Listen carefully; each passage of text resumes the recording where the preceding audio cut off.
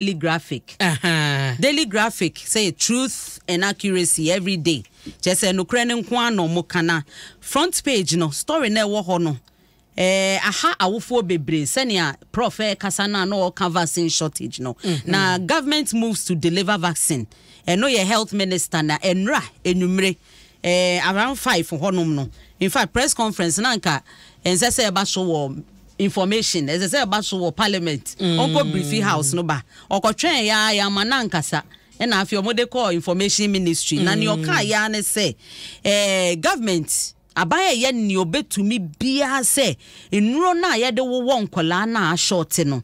ebi beba na nro yi wo hwa na ye de wo nkola na 13 no emu miensa ene ye nibi na story start to say eba amaya kan wasem 2 months atwam and I started say yeah Ghana Health Service for pnumu Ministry of Health so monka bibi nkyerɛ no obi ampɛ obekasa nti afi na ma keka no course na wo hwɛ enromi nsan ya yenya bi no measles rubella no any your friend polio any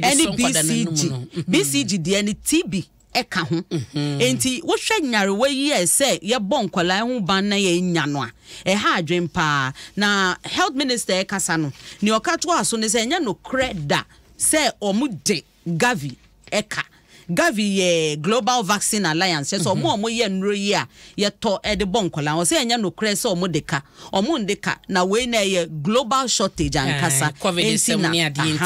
enti na ye nibi no enti ompese obi beka say ye deka na omomom de omo ye ni ombetumi bia say duro ne ye bi pe ye benye bi na e de awo wonkola yi e na osanka to aso so say enya no kreda say measles akun obi ewo Ghana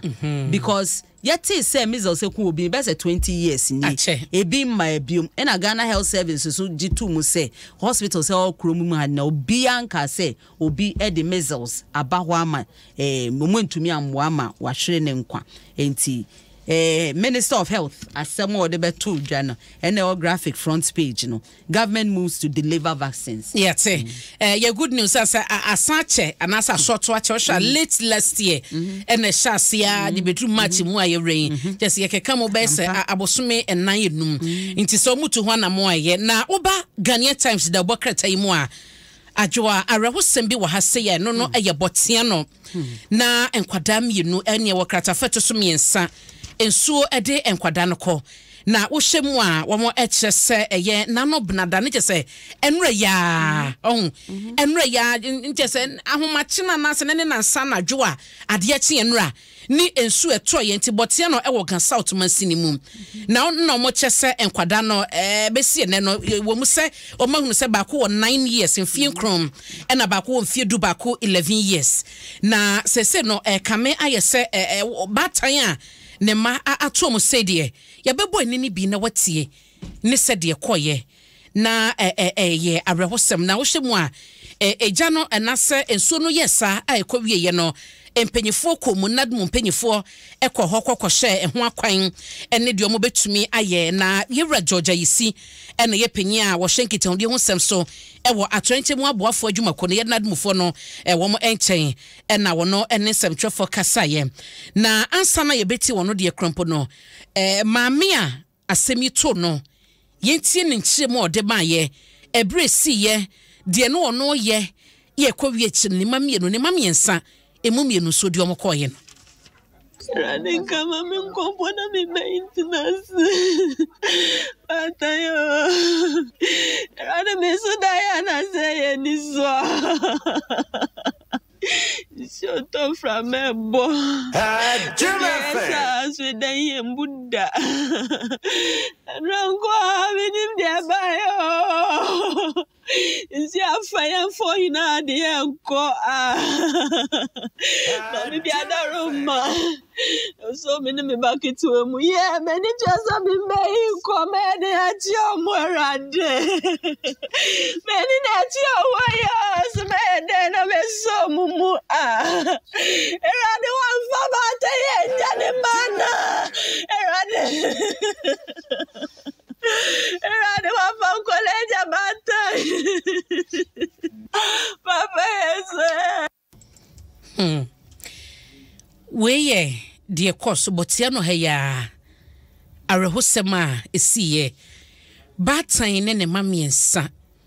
edadem edan no modemu no so ato ayira ma suswan no adwiri dan na agu eno modadem so na sese o mafri dan mu ediomoko oba Facebook a efi omotimunie ene wo hon tu hwe ha se ya eye suswan kwan ena eda ho no na abotan ye tintim ekwan ni mu ni nsu ni mu no enya semkuma wotie de mame yi kan ya wo se de bia no nsu no to eyire o na dan ne mu da enti eyire fa ho no ma na ewo mu ana twetwen eyire fa ho no ma ewo mu ana twetwen nra ye nua bema kofie je ne kopie ho na wodi akire wo hwe se de batan sunu mu wo de wo afa ho se ne mpaboam na se wo kita nkwada so mo doso sedan ba kokora fi mu a eye yankasa sansa wo enafom na wani tua se me manad na mu edan so ani nkwada kam kwada tiem na bibia ne won ma betumi ayede ama wo ma na wo hwepa na wo mamienu a array wo ho asema eya papa enu abra me Adom TV na wo hwe mami esu wo su a obade onchichi ne re onchichi awusua re na de sie so ye batan yes obade so ma bintu obi ada sanse nkwada mienu ba ko mfie nkron ba ko mfie du ba ko obanyim awo na so saya odie saya we emfiri muda ajoa me wura ho ankasa enura mesuye pa na wo se me hye me ho so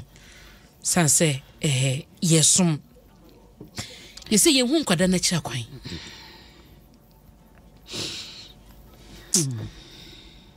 Aisha sama minti mama ne bi running kama mkompo na maintenance patayo rana mesuda yana say ni so shoto from ebo de bia sa so dan yem buddha ranko abinim de bayo isi afaya for ina de enko mami bia daroma so me me back to mu yeah many just be me comedy at your morande many at your wires me then me so mumu erade wan fa ba te enjane mana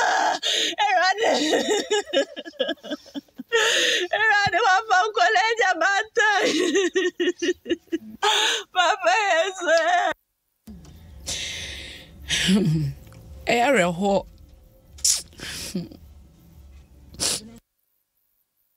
bonna ni ntia mintumi nkasa ne se me wo 9 ni bi wo ho na me wo 11 ni bi nso wo ho nti me hwe se ye mi anka bata me de mitumi bo akasa na jo shepa na wo ba na junior mfiedu na ke odi mfiensi anoto aso na so de omoko uni hweye ya me ma de impare ye na ra ne so de oba de chichi ne re ochichi ne re na betumi achichi ne re na ye fi isa ochichi ne re na asemi mu a ye nkwa ashama de na entumi nkase nja ashama ne ekoso offer daily guide front page na ajoa ansana ye beko hodo owura bia on de no ho hu de sie wa kire mu kakra okay ma yentie de onu hu no ye sanse ye kan baby sase batan yo kita nkwada miensa be ma no wen eja owen no wo he asem ni sie no wo ho bia na because ma me ne kasa no say ye nine so no ne ma nkwada de miensa ina so de omoko enti na be ma wo enti se be ma ka ho a na be ma no wen ebre be na be ma hu no se nsuo ne ba bia kwa na no ye de osori okoyin fa ma yentie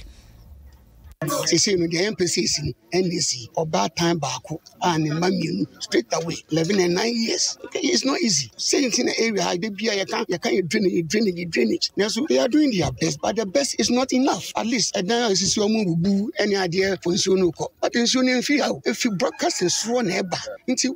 now when you're honor it's useless. And a young draining Fiha I say it will continue happening. Whether you're strengthening for we know they are doing their best. And yes, they are not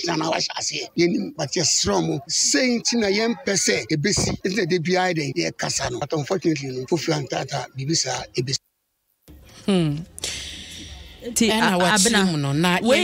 Sanya way chiremu near ha drink kakra ne se wuti baby na nsuo no enya wo hompo na efi na ebegu ho a se wo betumi ankatu eboaboa ebegu ho chese enne na ebi ensi ya ochina ebesi sanya obatan na eka no de bia nsuo to na dan mu bibi seida da krope na ebetunti omomuti bebi ansuo no ebi obaka se mfi me ho nkrofo bi na na ebegu me ho anaso obi na esi dan de esi nsuo no kwan na ebegu me ho enti se ne atie bia no wo nkwa na hwe wokita nkwala kra de no kra hotesim bibia se nsuo ne ba wo je wo ho sen na waje nkwala ne nso sen enti wo bi so obi o se menya bebi amekọ wo hwese wo benye baby akono wote wa na nsuo no any season na start no na wade ahwe wo ye mpese ye beti biom baby a wote no wonim ho dada wonim se hey ensuo ne to a eyeden a eba enti we no empropro wa kakra ye hu ye nie o we e wo se Matthew for bam na mama ye hunu se nsuo na ebubasa no de ano ye din nsuo eto na no benada ahomachi ne nyensu ketewa wo mframansu ye ka nsuo agya ne ne droso framansu wo mu etu te dan na nim se dan na wotim no enye sefu a mame papa ma wona moto je won kwantem esanse obi nim de besi ochina yesrem a ye hwese ebenya ne a na owura no echim ese papa no ebasa no tumi kafa ne ka no kope baabi a park ya ba ye hwese benya sen no o park wi oba no na de besi anya si kwada no so ne de omko nti no ye hwese benya ne no ne abode ama wo oba Facebook a Kwame Jonathan wase abenade asem wo de ya reho so ntumi nya isu enye wo nko a adwuma na ye yentia adwuma na ye yentia amebeko wase Ghana ya reho sem ena toku prince wase we de ya reho dodo mia me mame ma Grace Apenten wase abena no pa mama me reho pa ma wase reho sanso bi ma na ekono no ano no kwada mienu asa abosom nkuna kwantuo diaper bo fie nkru fie du baako de nyame pena no ye na ye beko yenim efie ajo ampacho yenko na sister Sandy Raha wasan fain wase pie ye ko yenim a ne ye ko ashaiman sene ya me di kai ye ntumi ni nkomo yi a ye mbo ashaiman wom na o ye daily guide from page mu be hu se ya chinkrofo bi a omutiti form a yeyi omuntade se ne a prof kan ye wo interview mu ase ye wo war zone na de de asemi na ba me ye sure say by now de what be say 21-year-old military man okra ye so kwa akosra ne maame na wofo e wo ashaiman taifa wendu fie ena yakowo ne sikan sesia no watua nananom ewo nsiedo na eyesa na ayam hihie eya inti military fo no nso efi Michelle camp etu omugu kronim se enie omo kwa akoye omo amu investigation omo achichichichi omo mbechi omo inti wo hwa be se no ayesi ye chi be se 180 omo ti form omo ti ewiem nsuo omo ti musa na ye yi omo ntade omo ti honom na ne ekoye ne se maame na enra Adom Joy enuanom Joy for ko ho ma ma yen maame ne ye frɛ Sherifi abemu ya watu anananu wo se no ne maame ye frɛ no efi akira na all kasa no o se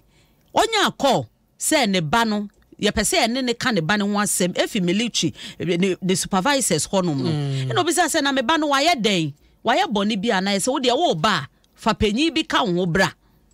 eno si panyin bi sen sheriff why dey o say supervisor dey say sheriff die ye ka omo ani so ehye wo ha on ka wo bi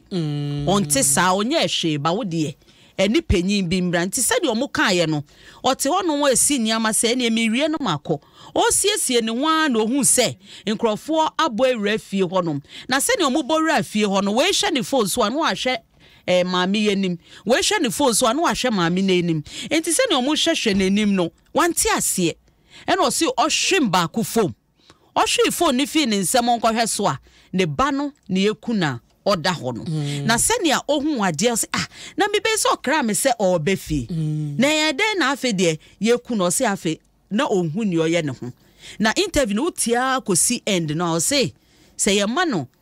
opportunity with omo ye ne ba ne sa anko be ka che military for no so mo ma no mutuo ne ba ko no mo mutuo because omo say na de o say me ba ne mpe ne ho asem enti senia obia ka se senia shaman soldier for ne ye na enye no ye ti ase sa na nso anka mejo Muhammad ye ba betwe mu ko ye say ye hwe bibi film because ma me ne kasa no say akwala no ne ba no tama moja ne nu no okoya mokobo obi pono se omwa no obi amwa no yase e bi oye kromfo obi ankasa ne ho ye frɛ assemblyman na wo area ho ashaman taifa assemblyman se wo ho na wo te ye nka ne e kafa wo hu ibrabe yi wa no yase ye frɛ wa yase bra na beboa na obi awa brantie isikan na owu no wo se ye nya no na e bi oye kromfo assemblyman ye nya hu wudin ba asem no ne akosi no se wanya hwe amfa ho a wanya ade soja fo no nso ye beka se ne aka ne se munyan na investigation ankasa enkoso ne enchi omo e beti because na mo de helicopter ne mo cars ne eniama ko ho no ehu aba kromu ho pa nti ye be sere se adwobreo ewo ashaiman se ne ye be ya ne esese banbofo ye no omutumi eye abna besia mate na medu baba de Ghanaian Times da bokratanim wo hwe ha say ya justice kwasia ni yeboa e wonfinifini na empenyefo so a wo mo no ekeka ho eka National Labour Commission na wo hwe mu a se ebeye na National Labour Commission benya kwan pa wo befa so na eba no enwumanyuma ene ekwakwa wodro wo man yimu ne de bia no bete asomasi obenti ekwo mo se na ye ko strike ena we mu se na adwuma no krampo ne yenye ena ye twen ye hwe we afra ban ye ni maban ye ya yenye adwuma ne sa ne ma ne nyina no wo se eho akohia ese National Labour Commission be pe kwan pa was the right procedures eba no Labour issues ni nyina omode be so ano se de be ye na aye adwuma kase ye tabeda judiciary atemu adwuma koni so no ebe kofom esanse se koba na se NLC eso no na anya yi a na wo so kokodan wo mo ene ne wo se court declare court enso mo se mo strike o mo kono anasa na mo mutu no wo mo ntwensen wo se wo mo empe kwan pa na sa asem nya beto mo na so a womo beso ano krompo ansana ababedru womo atemu adwuma koni honom na womo nsoso ade akire na wode nsem wonyina akoto dwa ebra ene National Labour Commission empenyefo ekọ ensra ewo ye Chief Justice na so ye ene wode nsem wenyi ekoto dwa ewo nanim inteno so ye futu a ekode ma wom na wo hye abadwako a ekoye no a na womo edroso na Justice Kwabena Asuma Nadu wono ye chairman edema National Labour Commission no wono na edeto dwa ese wo hye judiciary no ene wo mudwumade omudi omoda sonkom na eba no oman mu emra ene ne se beye yie so omanfo de mra ne beye adwuma ne nyina no mo ena so ene sie enti omo ye stakeholders a eba no se enwumaku ahodo ene wo mo entemo enkitahudie ene ekasasi a wo mo so di akotene enti omo hwe so ma yonkofa no bekoso agina yie na ama ensema ahodo beba ene ebribi ombebo mo apromo so no wo mo beji omo so no ho asem e wo Ghanaian Times the bokreta ni fa etoso edumiensa wesu ne yegina adwo a wowie wo ho na anope na poso de bre wo no ye di ne nyina asi eye latest for your partner for life ena agbeve Herbal Center wa yare safie wonum ne boye chidom em ye di nsem